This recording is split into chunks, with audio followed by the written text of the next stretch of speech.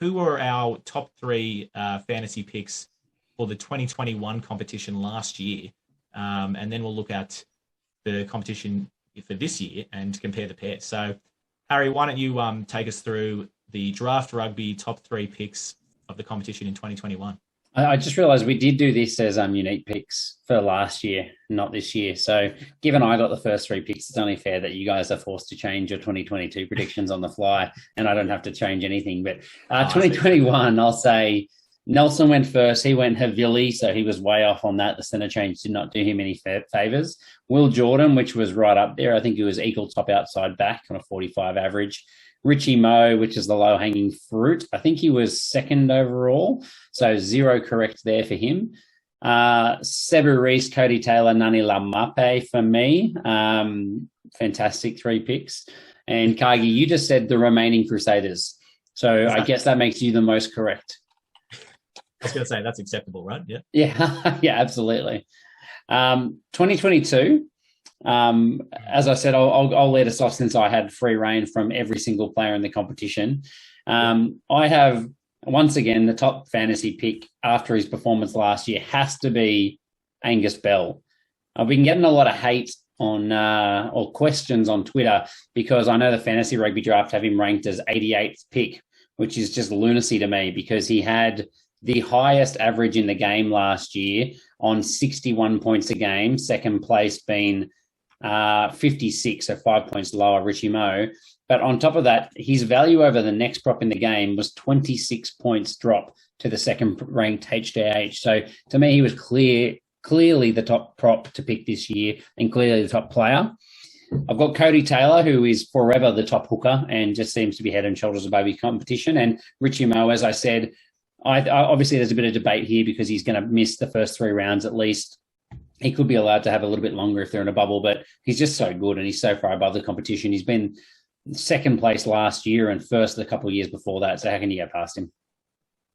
Yep, pretty solid choices. I think, look, we probably just spent about 10 minutes before the pod trashing everyone else who didn't have Angus Bell rated as their top pick. I mean, Mr. Incredible, I think I talk about him at least every episode we're on, but just unbelievable. All right, well, I went, because we're good sports here on the Draft Rugby podcast, of course, we made Rev go last. And so just as Harry was talking, we were madly trying to fill out three unique players. And I just hung up on my last one for a while, just really making it difficult for Rev. So that's all good. We picked them now. But I picked a pretty easy one, Will Jordan for mine. And if I was picking the top 3 anyway, Will Jordan would have definitely been in my top 3, probably my second top pick.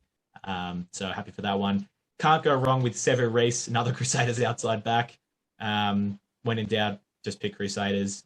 And then I've been swayed by our pre-pod chat, and I picked Jordy Barrett, who just rock solid, consistent. Weren't you trashing him like 5 minutes ago? Yeah, I was.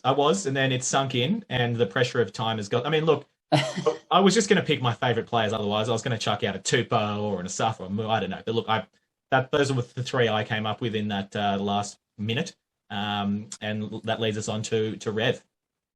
Yeah, really dirty because I was about to type Jordy Barrett. Like, no, I'll let Kagi take his last one, and it's snatched from right underneath me. And I think I was talking him up, but look, I had to get a red in there, so I've gone Tate Mcdermott. I think he's a pretty clear number 1 scrum half, and he's in my team, so I've got to back him to be one of the top 3 in the comp.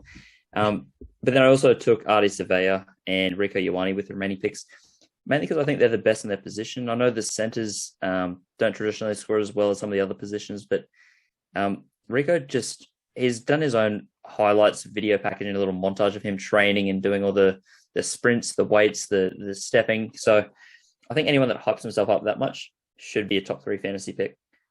Love it. Absolutely. And music to Kagi's ears, I think.